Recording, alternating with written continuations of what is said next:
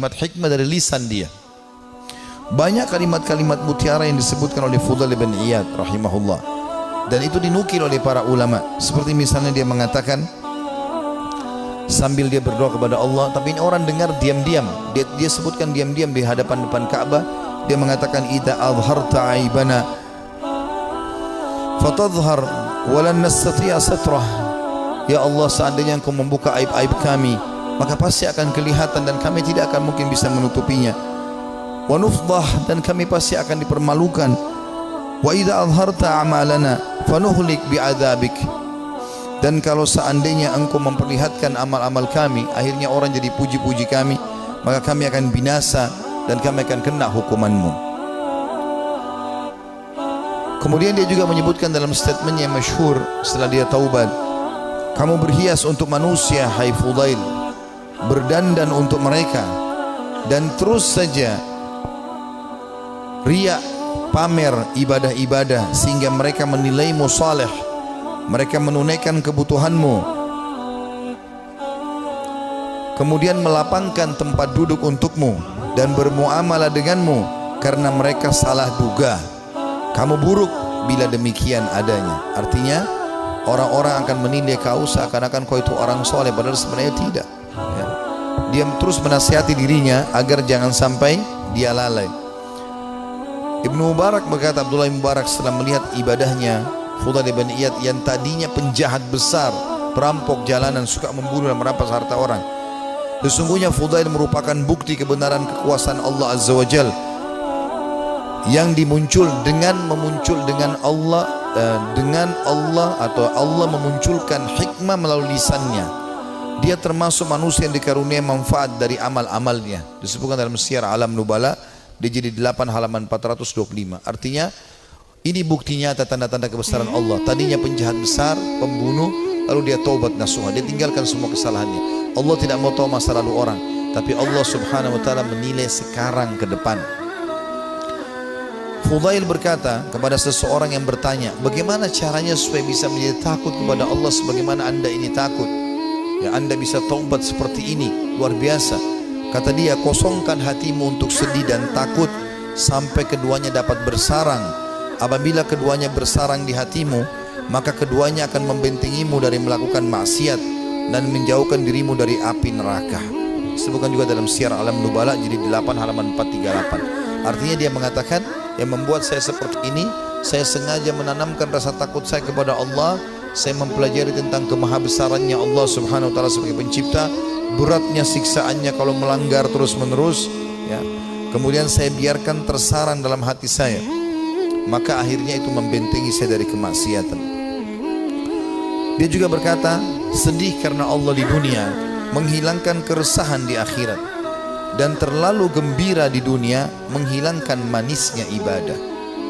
Artinya dia mengatakan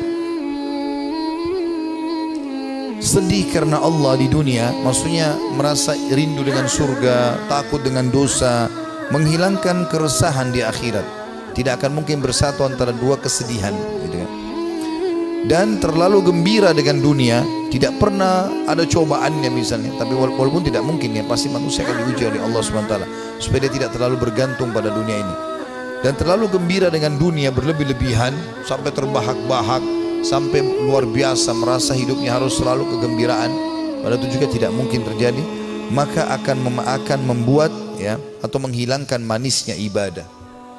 Dia juga menasihati dirinya setelah dia taubat, mengatakan, wahai jiwa, kasihan kamu ini, kau selalu berbuat buruk, namun kau mengira dan merasa dirimu baik. Kamu tidak tahu, tetapi merasa selevel dengan ulama. Kamu kikir, tapi kamu merasa dirimu dermawan. Kamu bodoh, tapi kamu merasa pintar dan cerdas. Ajalmu pendek, tapi angan-anganmu sangat panjang. Ini kalimat-kalimat mutiara yang luar biasa. Rupanya setelah dia bertaubat kepada Allah subhanahu wa ta'ala, Allah berikan kalimat-kalimat ini kepadanya ya. Dia mengatakan, saya ulangi, wahai jiwa, kasihan kamu, kau berbuat buruk namun kau mengira dirimu berbuat baik. Artinya amal-amal yang kau kerjakan ini masih kurang, tapi kenapa kau selalu merasa bangga? Ini dia nasihati dirinya sendiri. Karena ada orang kadang-kadang begitu, dikuasai oleh syaitan, dia merasa bangga, saya sudah haji sekian kali, saya sudah pernah bersedekah ini dan itu, saya pernah bangun masjid satu masjid itu terus yang dibahas, apa saja semuanya dibanggakan. Maka dia menasihati dirinya supaya dia terus termotivasi mau ibadah. Dia mengatakan, wahai jiwa, kasihan kamu, kau sebenarnya berbuat buruk masih sedikit, tapi kau pikir dirimu sudah berbuat banyak. Kau tidak tahu ya, tapi kau menganggap dirimu selevel dengan ulama. Ini juga banyak jadi penyakit di dalam tengah-tengah penuntut ilmu. Baru belajar setahun 2 tahun sudah merasa dirinya luar biasa. Akhirnya sudah mulai membicara tentang ulama ini, tentang ulama itu. Habis waktunya untuk itu. Maka semestinya seseorang menyadari kalau dia baru belajar, ya sudah dia belajar. Sebagaimana dikatakan oleh Fudail di sini rahimahullah. Beliau mengatakan, kau tidak tahu tapi kau merasa dirimu selevel dengan ulama.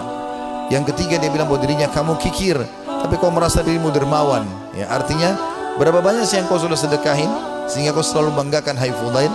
Padahal sebenarnya kau bakhil. Sedikit sekali yang kau keluarkan dibandingkan nikmat Allah yang melimpah kepadamu. Ini juga ya tamparan yang sangat keras bagi orang yang tadi baru sedekah sekali, 2 kali, 3 kali dalam 1 bulan, dalam 1 tahun, bahkan mungkin 10 tahun sekali, atau mungkin seumur hidup baru melakukan 1 kebaikan itu. Dari misalnya membangun sebuah masjid atau 1 kegiatan, sudah dibangga-banggakan. Ya.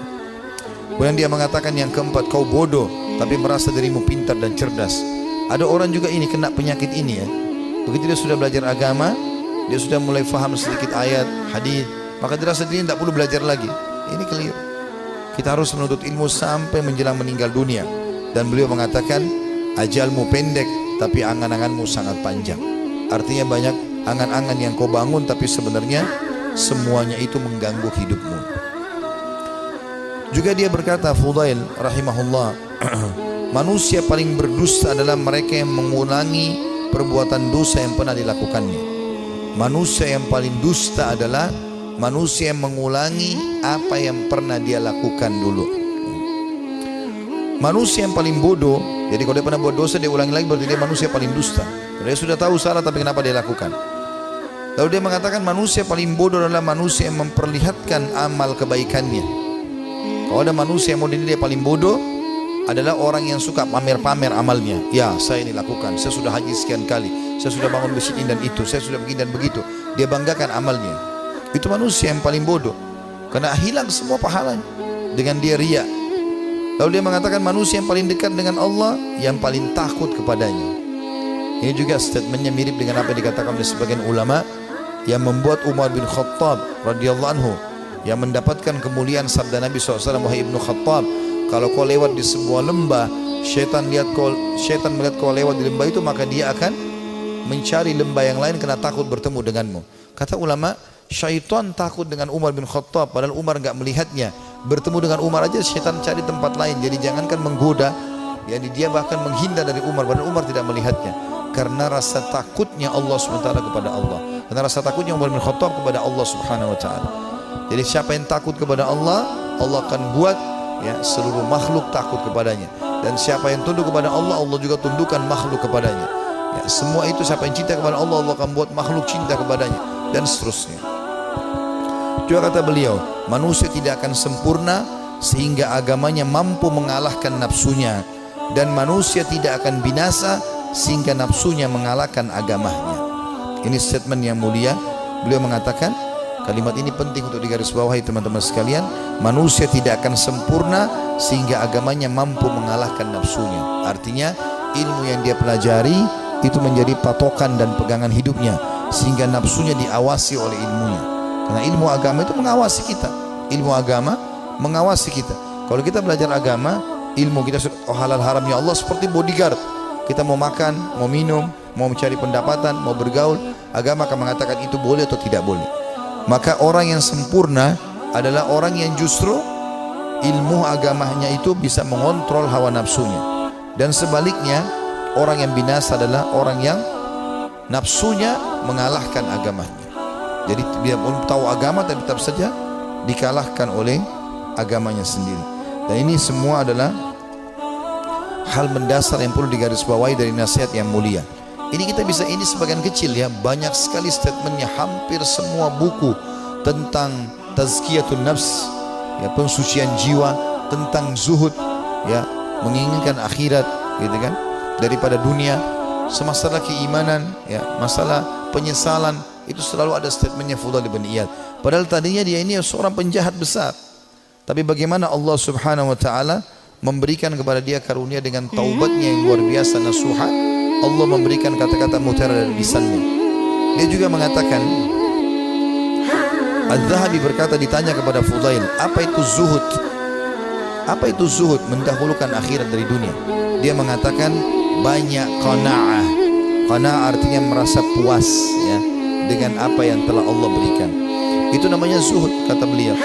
Jadi kalau kau mau dikatakan zuhud, kau berharap akhirat dan dunia kau jalani juga, tapi akhirat kau dahulukan, adalah banyak merasa syukur kepada Allah.